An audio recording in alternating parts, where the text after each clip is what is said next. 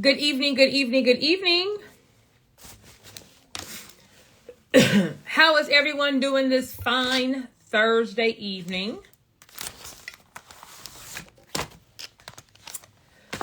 So, if you are wanting to learn how we can protect assets, if you're in a business, if you're starting a business, and you're like, I don't have any assets yet, that's fine. Bam.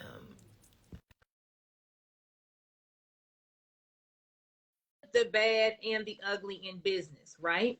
If we are maybe a seasoned business owner and we've had to maybe um, get some kind of financing, maybe put up a collateral loan. Y'all may have heard of those merchant, not the merchant loans, those UCC loans where they're going to give you $10,000 today and you got to pay $2,000 a week for the rest of your life, right? So a lot of times in business, we can get ourselves in trouble. Okay. We can get ourselves in trouble due to no fault of our own. Let's just say the industry changes, right? So anyone who owned a gym, who owned a hair salon, who owned a restaurant, especially if you were in a more democratic state where during COVID they just shut everything down. Your business probably took a loss because you literally weren't even able to operate your business, right? How many business owners can pay their rent, pay all their employees, keep up with the inventory, all that good jazz, and be shut down for 6 months? Maybe your industry changed, right? So there are various reasons as to how people can come into debt.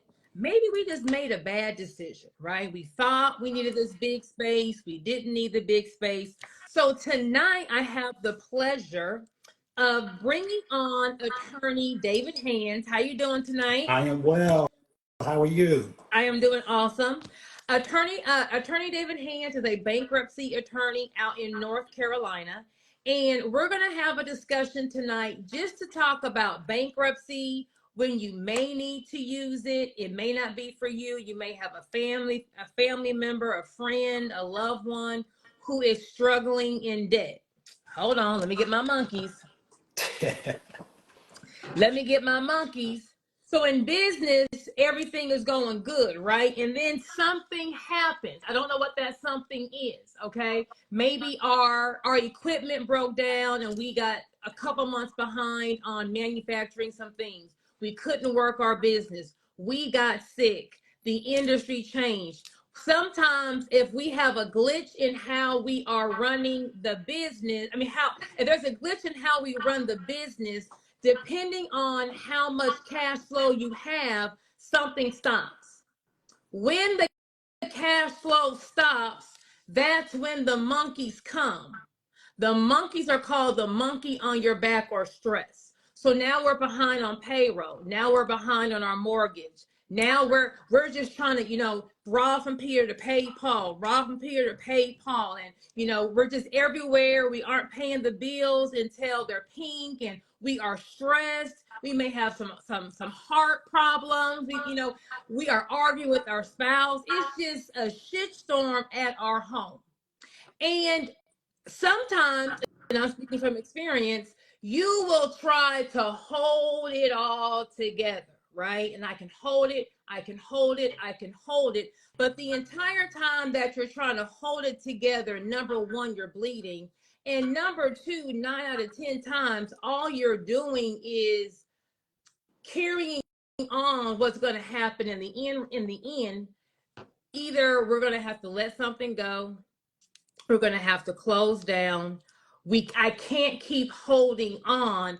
Or if this monkey gets too tight around my neck, I'm going to have a heart attack. I'm going to have a stroke. Me and the wife are fighting. We're going to have a divorce. The kids are out of private school. So as a business owner, sometimes we have to know when to cut our losses. Okay. So I wanted to bring attorney David Hands on to kind of explain to us, what is bankruptcy? What are the different types of bankruptcies? If I file bankruptcy, is my life over? Can I keep my home and file bankruptcy? I will tell you this from personal experience. And having my dealership, we had a client who was 4 months behind. We, of course, picked up his car, spent $1,500 to repo, another $1,500 to get it back to Houston because he was in Missouri. And I got a call from a bankruptcy attorney saying, we are going to file bankruptcy. And so you need to return the car. Return the car? He is 4 months and my neck got swollen. I told that attorney, I'm not giving nothing back, right? So the business owner is saying, I just spent all this money to get this car back, and he's behind and he was, no, I'm picking it up. The lawyer said, well, this attorney kind of had a little bass in her voice when she was talking to me. So it's been, several decades since I graced a bankruptcy course in law school. So let me call my own bankruptcy attorney to see if she's telling me the truth. And to make a long story short, not only was she telling the truth, I had to hire a bankruptcy attorney to represent my business because I had to give him the car back. I had to eat the cost of repoing, but he was able to reduce his car note. So his car note got reduced by like almost $200. And I'm paying the bankruptcy attorney to tell me, yes, you have to give the car back. Yes, the note's going to be reduced, and there's nothing else that I could do. And so that's when I understood, whoa, you could really keep assets in a bankruptcy? I did not know that.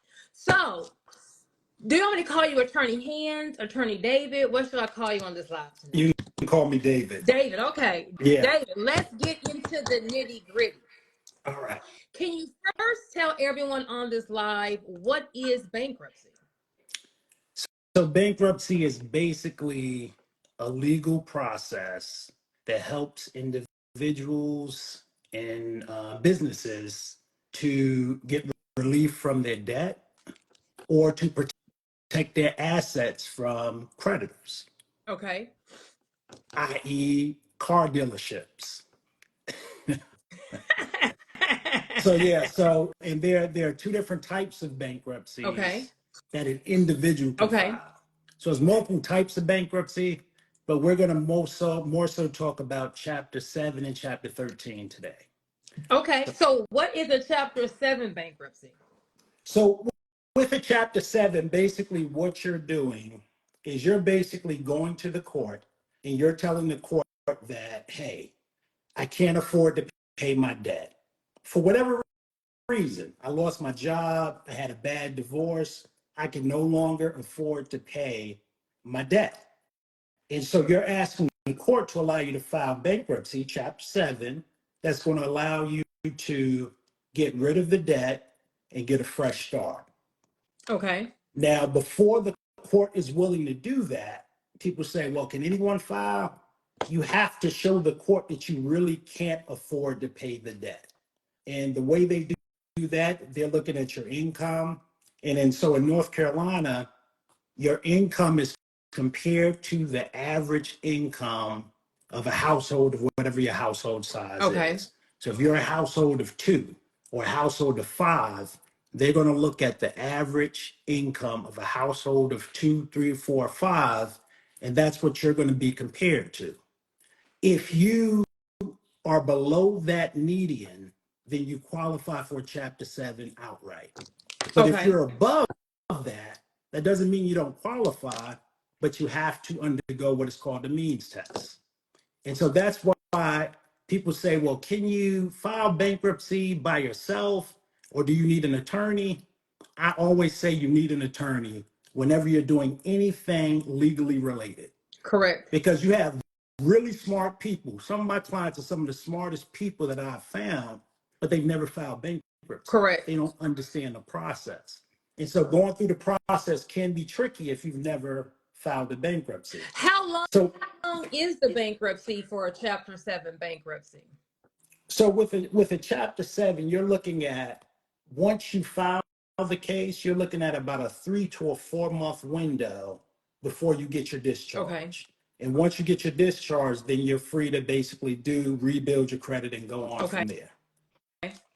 I will say this. A lot of people I'm seeing in the comments are, what's going to happen to my credit if I file for bankruptcy? If you file for bankruptcy, it is going to hit your credit, right? If you file for bankruptcy 9 out of 10 times, something has already hit your credit. The mortgage has been late. Those car notes are 2 months late. The finance loan is late. You're already having things hit your credit. So when I'm not talking about I owe $500, I'm going to go run to the bankruptcy court. I'm talking about you're in a situation where you are on the Titanic. It's sinking. Depending on how much cash flow, how much savings you have, you may have a 6 month to a 2 year window where you're doing the whole trying to hold everything together. At some point, you have to come to the realization this ship is sinking. When do I jump off? Do I want to jump off with the life jacket and the boat? Or do I want to wait till everything's in the bottom of the ship and then just swim by myself? Okay, but so if we're talking about your credit, the bankruptcy will hit your credit.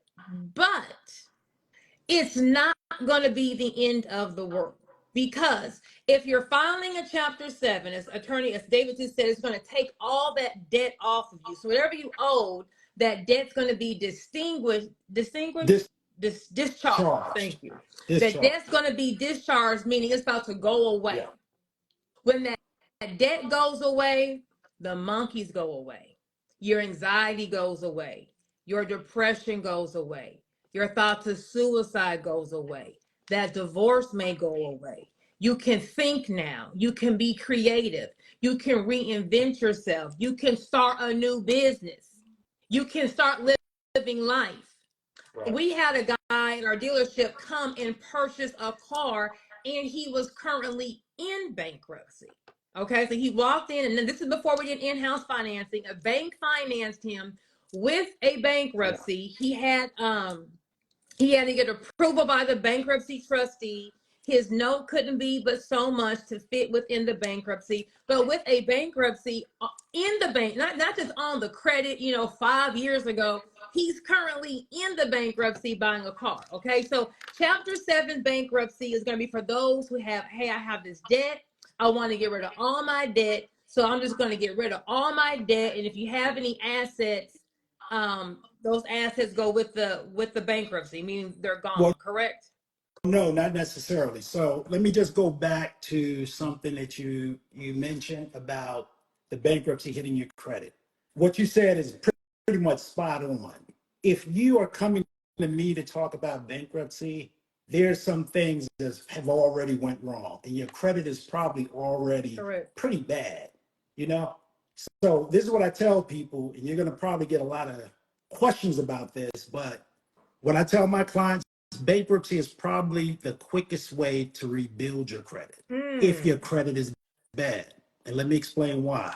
When your credit is bad, it's because you have debt that's not being paid. So every month, that debt is pretty much reporting unpaid, delinquent. When you file the bankruptcy, that debt is discharged. And so once that debt is discharged, the bleeding stops and you're able to start rebuilding from there. It's not unheard of for someone to basically have a 700 plus credit score 2 years after bankruptcy. And even more. So my office, I handle bankruptcy, but we also handle real estate closings. I have seen, and hopefully, I don't know if any of my former clients are watching, maybe they can chime in and kind of give testimony to this.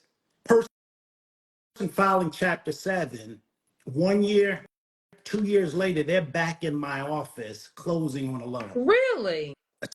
Attorney Hands, you told me exactly what I needed to do. I did it, and bam. Now I'm able to buy a house. I'm able to get the fresh start. Because bankruptcy is designed to give you a fresh start, not to hold you down. And that's what the meaning of fresh start is, being able to come back and basically rebuild and restore. So since we're talking talking about getting rid of debt, let's maybe talk about some different types of debt that we can get Okay. rid of. Can you get rid of child support in No. bankruptcy? No. Okay. Okay. I just threw it out there. You know, it's Yeah. gonna be asked. So it's very few things you cannot get rid of. You can't get rid of child support, alimony. I know a lot of people wish you could, but you can't get rid of that.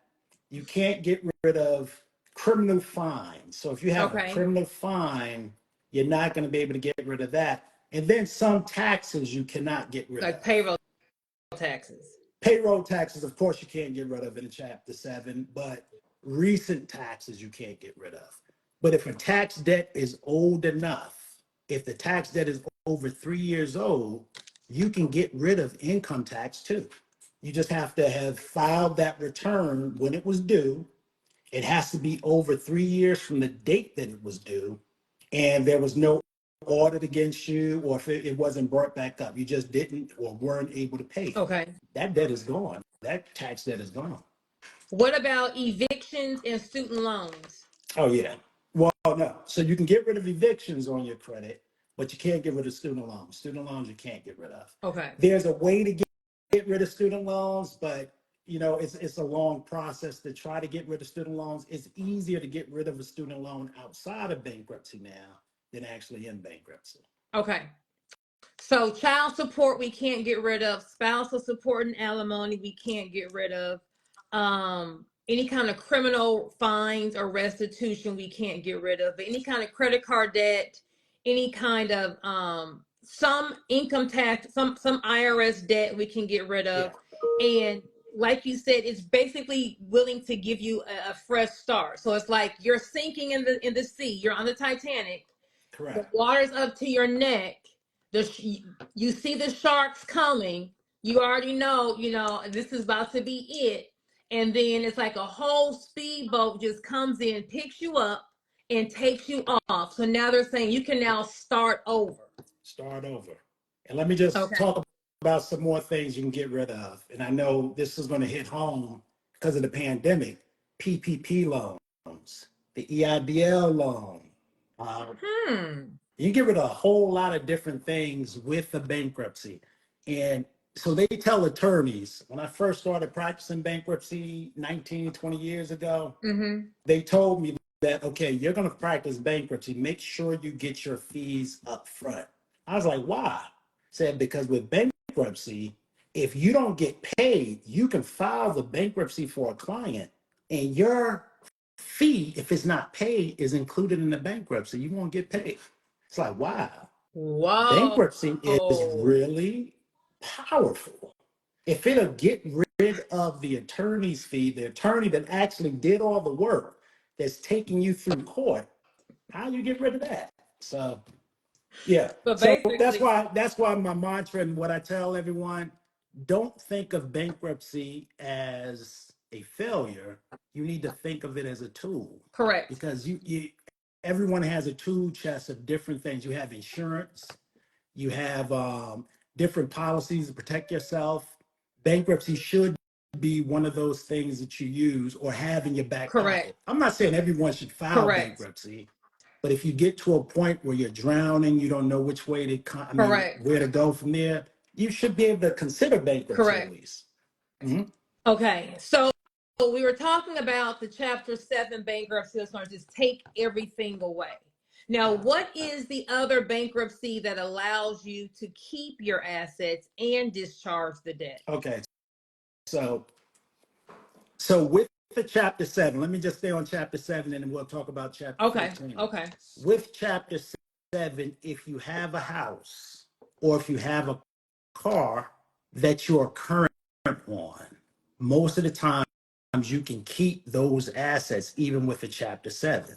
So you have a car that you are current on.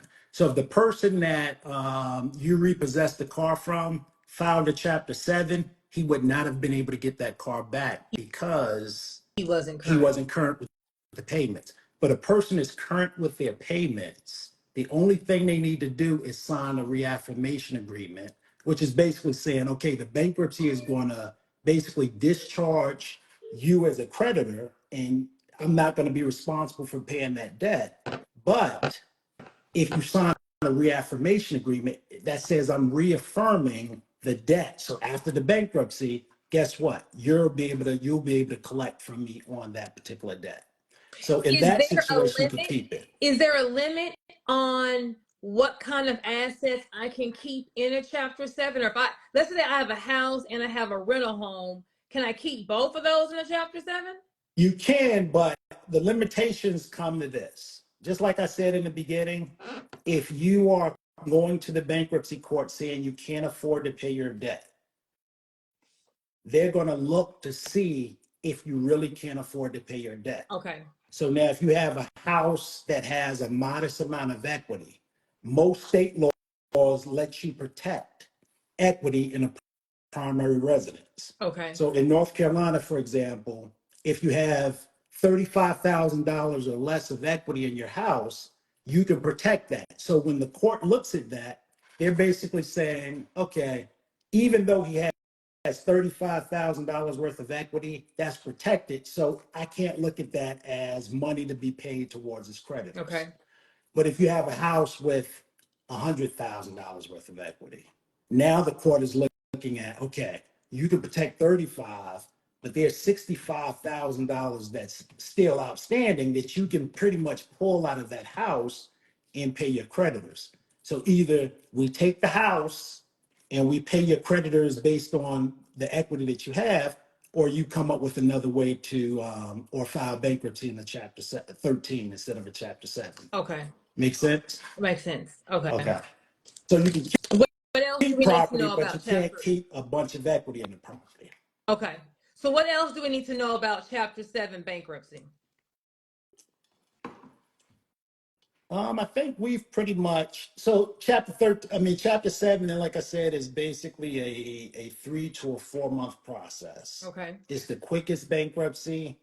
You can, I think, like you mentioned, a person that was in bankruptcy was able to get another car or to come and get a car.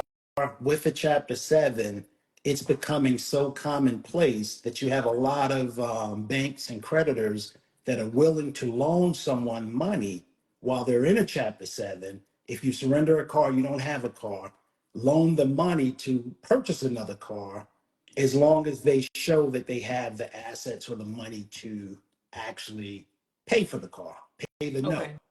And I think the reason why that happens is because when you file bankruptcy, you're excluded from filing within an 8-year period. You can only file once every 8 years. And so if you're getting another loan while you're in the bankruptcy, you can't include that in the bankruptcy.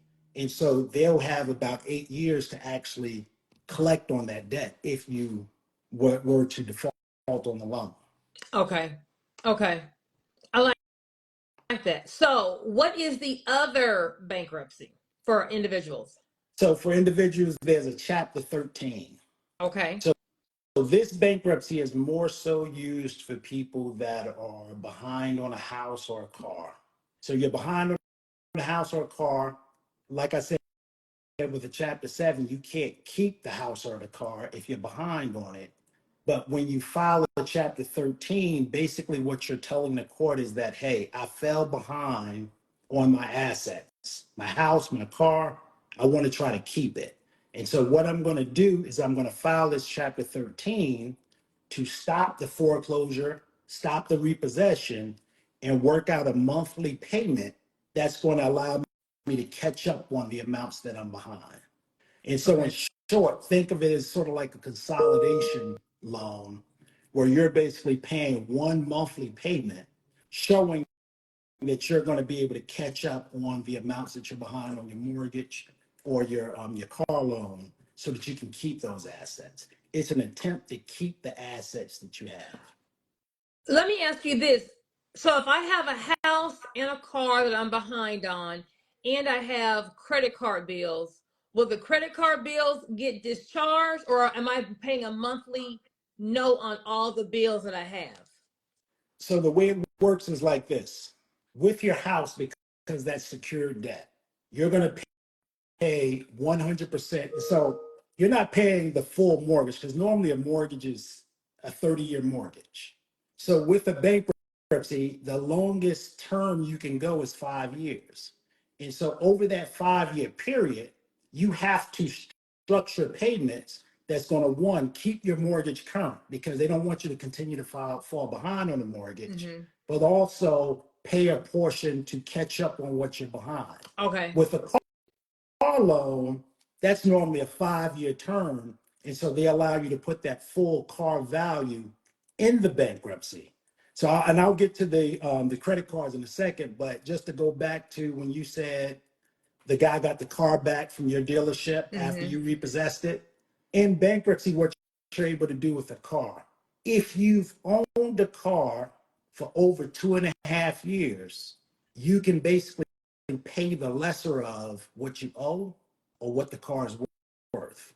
So in a situation where the car is you owe $20,000 on a vehicle, but the vehicle is only worth $10,000. If you've had that car for 2.5 years, you only have to pay $10,000 to pay that car off in a Chapter 13 bankruptcy. So there's some caveats to that. That's why anybody that wants, I don't want anyone to take this. First of all, let me give a disclaimer. I am not giving legal advice. I'm a bankruptcy attorney. I've been in the game for 20 plus years, but I only give legal advice to clients in North Carolina because when you actually file bankruptcy, no matter where you are, you have to use, it's federal law, but you have to use your state's exemptions in order to know exactly what protections you have and what local rules you have to follow. Right. So So not we're legal doing this live advice for educational purposes only. for educational But if you purposes, correct. are interested, if you are on the Titanic and it is sinking and you are wanting some advice, I am going to put David Hand's contact information in the caption when I post this live, so you can book a consultation with him. So, what about credit card debt? Okay, so with the credit card debt, normally you're paying a portion of that. So my average client is paying anywhere from 1 to 10% of credit card debt. So if you have $100,000 in credit card debt or personal loans or medical bills, you're paying anywhere from 1 to 10% of that over that 5 year period.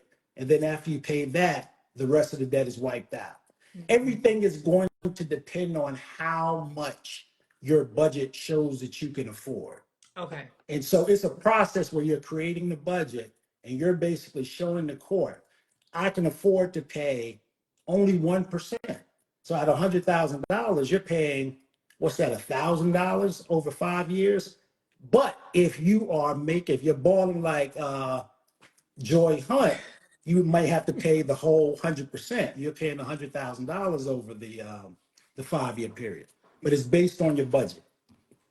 What is the cost for a bankruptcy? So the typical costs, and I can only speak for North Carolina, for Chapter 7, it can range anywhere from $1,500 for the attorney's fee on up to about $2,500, depending on what you have going on. Okay. For Chapter 13, because it's a 5 year process, it's a lot more work involved with filing a Chapter 13. You're looking at probably about $5,000 for the attorney's fee, but that can be broken down into paying a portion of that up front, and then the rest can be paid over the course of the 5 year plan. Okay. Just like you're paying your creditors, your attorney becomes a creditor in that Chapter 13. Okay. Gotcha. Okay, so for the people who are logging on to this live a little late, I'll do a little recap. Chapter 7 is going to be what you call, you had a good little one-liner. What did you call the Chapter 7? A fresh start? Fresh start. Fresh start. So Chapter 7, we're going to get rid of our debt. If we are current on our home or our car, meaning we aren't behind on those payments, we are able to keep that asset and still discharge the debt. Certain IRS tax debt can be discharged, credit card, student loans normally are not discharged in bankruptcy. It's a different process.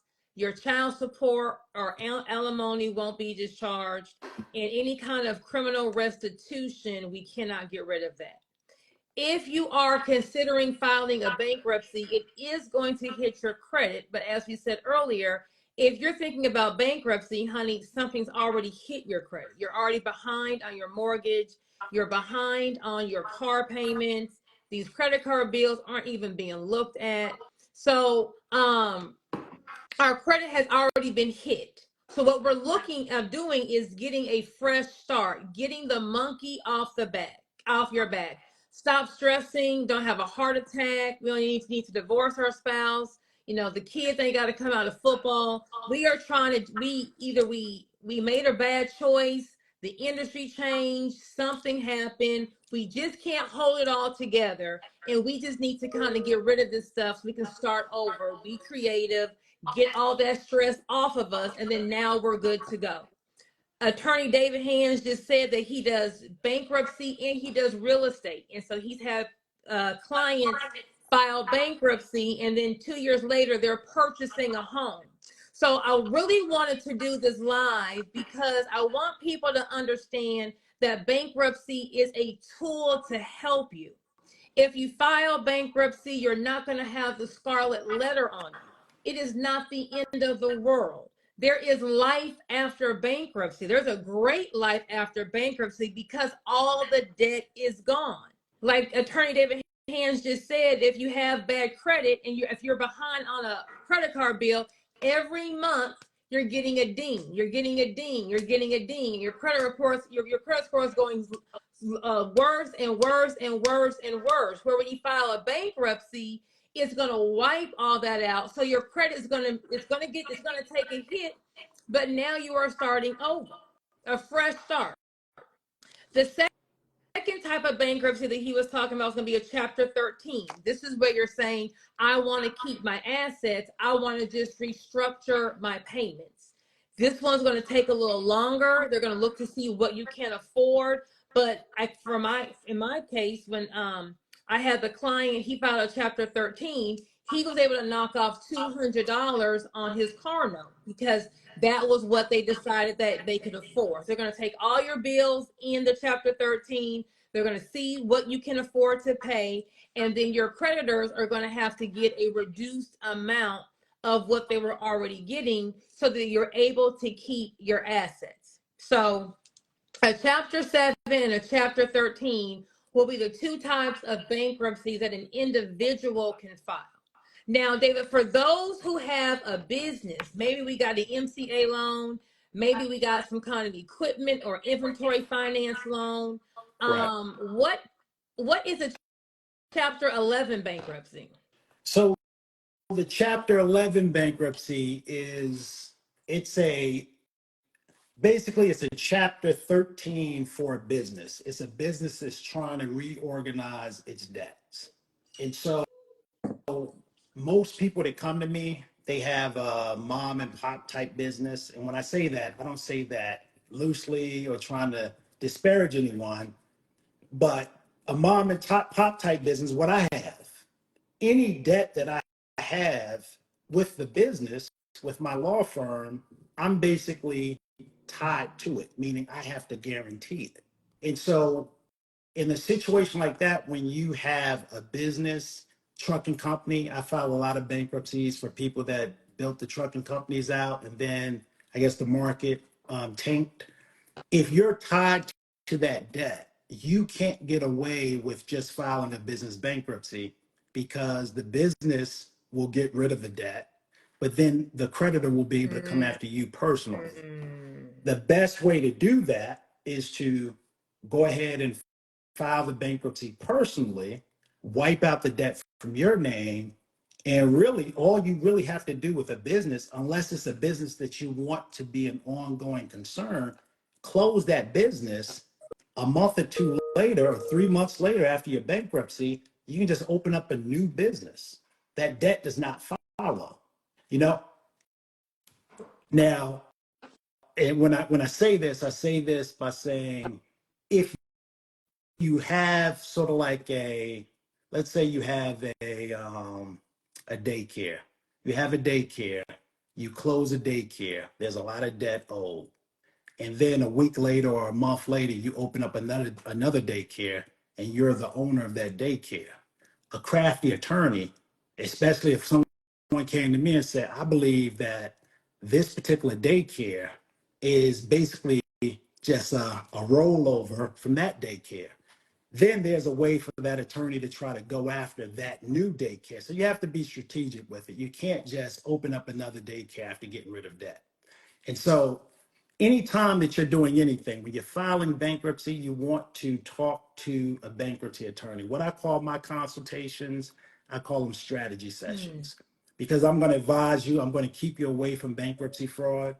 I'm going to try to help you understand what all your options are. And a lot of times it's okay, you may not need to file bankruptcy. And so I don't want this live to basically suggest to everyone, okay, I'm going to file bankruptcy and get rid of everything. If you don't have assets or if you don't have funds right now, so I'll just give an example. I had a lady that reported and told me that she was homeless, but she had a bunch of debt. And so she said, I want to try to file bankruptcy. I can't afford to file bankruptcy, but I want to file it so I can get rid of my debt.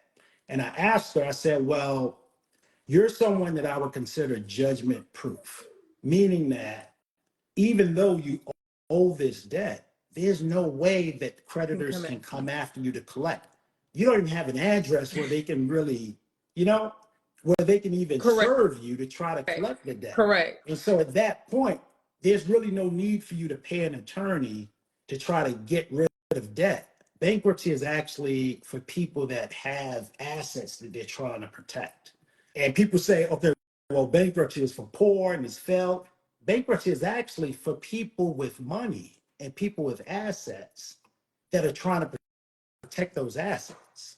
And so if that doesn't say it, I don't know what else says it, that bankruptcy is for people, business owners, for people that have jobs that just came up with a little misfortune. So also, as you were talking about getting away from bankruptcy fraud, everything you do, it needs to, you need to understand what you're doing and why you're doing it, and then what you're allowed to do afterwards. So like you said, we can't file bankruptcy on Monday, get bankruptcy discharge on Monday, then on Tuesday we back like, hey, we here, because they're going to look to see if you just form something after the bankruptcy. But I always speak on my page talking about whenever I form a business, I always form two. I have never had to use my second business. But when I form a business, I form two. I have another LLC, whatever licenses, permits, whatever I have to run that business, I just go get it. I just go get it twice, right? So just in case something happens, I'm not creating anything after the lawsuit filed. I'm not creating anything after the bankruptcy. I'm not doing anything after anything has hit. This is let's just say I form a business in 2000. I'm filing a bankruptcy 15 years later, but I got two. It's been sitting for 15 years.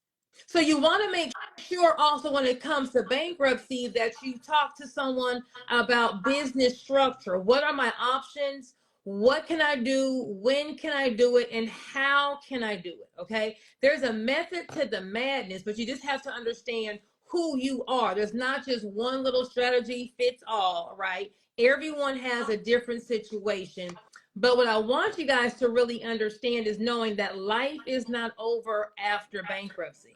It's really a tool to either have you keep your assets and pay less on them as you gather yourself, or number two is just to get that debt off you, get that stress off you, get the anxiety off you, get the gun from your head, get the pills out of your hand. So now you can think, you can now go be creative, you can now go create something new, go get on another job, you can go live your life without all of that stress, okay? That's it. It will hit your credit, but once again, if the thought of bankruptcy has hit your mind, something or some things have already hit your credit. It's like having an all white suit on and you fell in the mud, and then you go spill some ketchup. Well, baby, the whole suit is brown. Like, This one ketchup stain ain't about to make it no worse, right? You need a whole new white suit.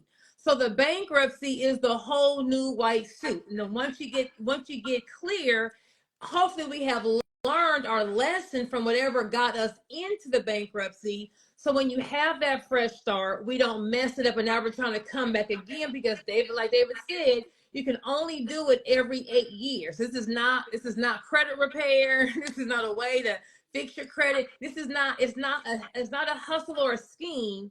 It's something to really help you if you are stressed. If you're on this live, if you know someone who is just stressed, struggling financially, suffering from migraines, trying to hold everything together, they don't know what they can do, would you please forward Attorney David Hand's information over to them so they can book a consultation? What else do we need to know, Attorney David Hands, about bankruptcy? So the first thing I'll tell people that are on this live, only forward their information if they're in North Carolina, because I can't really help anyone that's Okay. outside of North Carolina, or if they're close to North Carolina. So I can help people that call my office that are right across the border, South Carolina border, because it's so close to the courthouse that I can file in. But so there is basically so many different ways that a bankruptcy can work for a person.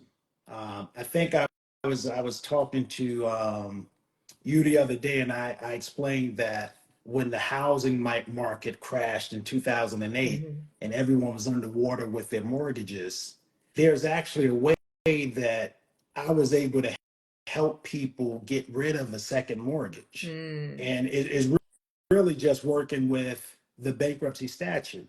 If you owned a house at that time and you owed, I mean, the house was worth only $100,000, but you owed more on your first mortgage than the house was worth, all other mortgages can be wiped out in a Chapter 13 bankruptcy. A lot of people don't know that. A lot of people never experience that.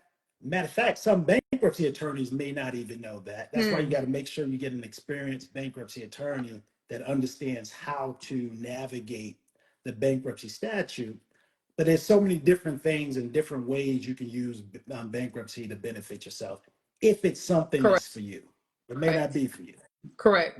Like today, I spoke to a lady that had a ton of equity in her house, and I basically advised her to try to get a home equity line to pay some of the debt instead of filing bankruptcy, because it would make really no sense for her to file bankruptcy and have to pay 100% to her creditors when she can get a home equity line and try to use that money to try to negotiate settlements with the creditors and end up paying less than she would have to pay in a bankruptcy with attorney's fees and everything else. So it's really just, your situation is going to be your situation. It's not a cookie cutter type approach.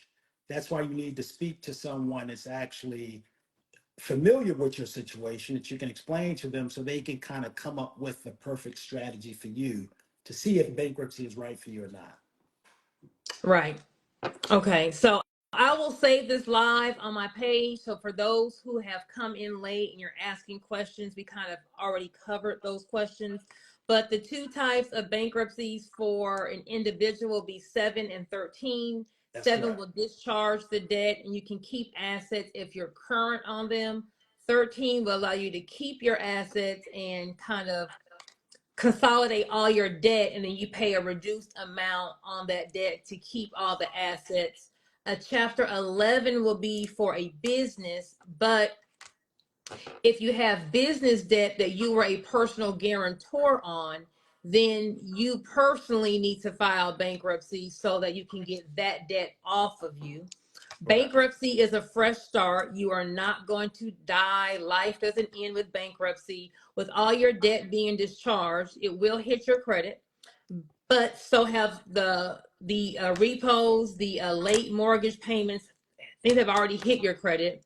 You're going to be able to rebuild, but you're going to be able to rebuild faster because you're now rebuilding without all that debt, without the continuous late payments continuing to hit your credit report, month after month after month. So it's a way to get a fresh start, rebuild, And, it's a tool to use to kind of navigate if you got yourself in a tough situation. Life, okay? Life, and sometimes we just have our back up against the wall and we just need something to help us get up off that corner so we can just kind of, start making, start making new decisions, get a whole new game plan, go back to the drawing board and start this bad boy over. But people are buying homes and cars after bankruptcy. So I know bankruptcy has a negative connotation. Oh my gosh, it's going to be on my credit report for the next 10 years. But you can buy a car, you can buy a house, because what you have to look at it, like Attorney David Hand said, is yes, you have a bankruptcy on your credit report, right? But when it comes to financing, lenders are not just looking at your credit score, they're looking at your credit profile. You can have an 800 credit score and only have you can't have an 800 credit score with no credit with one credit card. You can have a 700 credit score, right, and have one little $10,000 credit card. Can you walk in and get a $400,000 house? No, because your credit profile is not thick enough, right? There's not a lot of different things to know. Can you handle this $400,000 debt? So if you were to file bankruptcy, you have a low credit score, but you've been in your job for you have some consistent job history. You have nice income. They're looking at your credit profile. This person has no debt. So if I'm the only creditor, I'm going to get paid because they don't have any other debt. So a lot of times we like to worry about what the credit score is and how long it's going to take the credit score, but lenders are looking at your credit profile, right? So if you don't have any debt and you have a lower credit score, but you have income, you either you have a business or you have a job and you're showing that you can afford the debt, they know that you can't file bankruptcy again because it hasn't been 8 years. They will loan to you. I have sold cars at my dealership and a person is in bankruptcy. So there is life after bankruptcy. Your life can become better. Your quality of life can become better after bankruptcy, because I know what it feels like to have the monkey on your back, and it's a tough feeling. And if you can't get it off over time, all it's going to do is drain your resources, drain you, and just cause a whole lot of domino effect of personal problems, domestic problems, problem with it's just a domino effect the wrong way. So before we end this live, anything you want to add, Attorney David I just Hand? want to clarify a couple of things. So with Chapter 7, you can only file that once every 8 years, but you can follow that up with a Chapter 13 if you need to file a Chapter 13. The more popular bankruptcy is a Chapter 7, and so people will file that. But in a situation where you need to come back into bankruptcy, let me just tell you why people might come back into bankruptcy. I saw something about student loans. How do you get rid of student loans? Now that student loans are becoming due, a lot of people who can't afford to pay the student loans. And so what you do, and what a lot of people have done, if you file a Chapter 13 bankruptcy, Chapter 13 will act sort of like a deferment on your student loans. And so as long as you pay whatever the smallest amount that you can pay, like I said, with the unsecured debt, if you pay 10% to your unsecured creditors, student loan is really truly an unsecured debt. It's not secured by any property. You can end up just paying 10% to your student loan company over 5 years. And of course, if you have extra money, you can pay more into it, but it acts sort of like a deferment on that until you come out, and then you come back into trying to get student loan companies collecting from you. But the only one that has really the time frame or the time limit is a Chapter 7, where you can file that once every 8 years. With the Chapter 13, you can file a Chapter 13 pretty much once every 4 years. But if you file it before every 4 years, then you're in a situation where you don't get the benefit of a discharge. So it's a lot of, I'm not trying to go too complicated on everyone on this call, but you have options, in other words. And so I see a lot of questions here about if you don't have credit, how are you going to get how you're going to get a credit line or the home equity line. That's the purpose of talking to an attorney to see what's the best option for you. So getting a home equity line may not be the best option if you've tried, and then you may have to look at an alternative option like bankruptcy or something else. Okay. When is a scenario where someone will file a Chapter 7 and then backdoor and do a 13? So I've had a situation, they call that a Chapter 20. So this stuff that I learned in law school, actually, but then I started understanding why someone would do it. So let's say you have a lot of unsecured debt, but you also have a mortgage and a car that you want to get the benefit of the bankruptcy with that too. So you can file a Chapter 7 to get rid of all that unsecured debt, keep the house or the car, because if you're current on it, you can be current on it.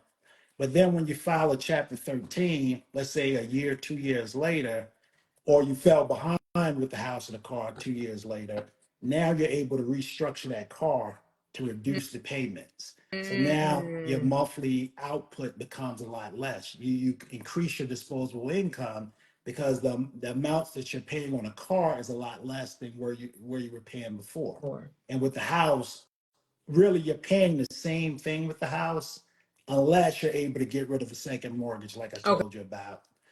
Or if you fall behind, you're able to catch up on the payments over the course of that 5-year period. I didn't know about that. So you file a Chapter 20 in a situation where, okay, get rid of the unsecured debt so you don't have to deal with it at all in the Chapter 13. And then when you file a Chapter 13, you're just dealing with your secured debt, the house and the car, student loans, because you can't get rid of student loans in a bankruptcy typically, and any other thing that you may have. Like the EIDL loan or anything like that. The EIDL and PPP loans, that can be discharged in a 13 or a 7 or both. It can be discharged in both.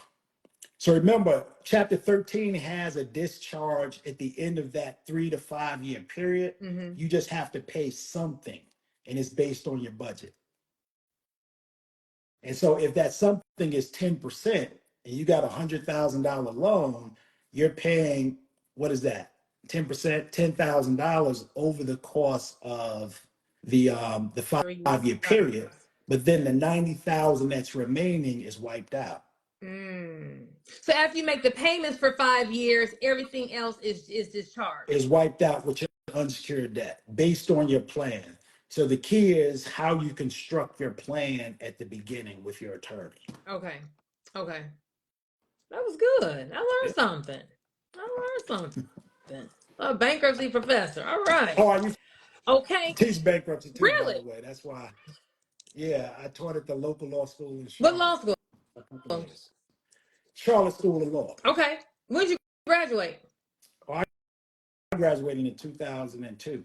But, I taught a couple of years. Just one of my deans from the school, she was a dean at the new law school in Charlotte, and so she invited me to teach a class. So I taught for a couple of semesters. Well, thank you for gracing us on this live, giving us this great information. I will put David's information in the caption. If you are in North Carolina or South Carolina and are looking for a bankruptcy attorney, you can contact him. If you are needing a bankruptcy attorney and you're in a different state, you can Google bankruptcy attorney and get just at least invest in a consultation for someone to kind of tell you what your options are, how bankruptcy can benefit you, or hey, I don't really think that you need to do bankruptcy. Let's just do something else. But I wanted to bring this information so that everyone can at least understand there are other options in handling, getting rid of debt, getting a new start, and still being able to keep some of your assets. So, David, thank you so much for gracing us this Thursday evening. Not a problem. And I will save this line. Everyone have a great night. Bye.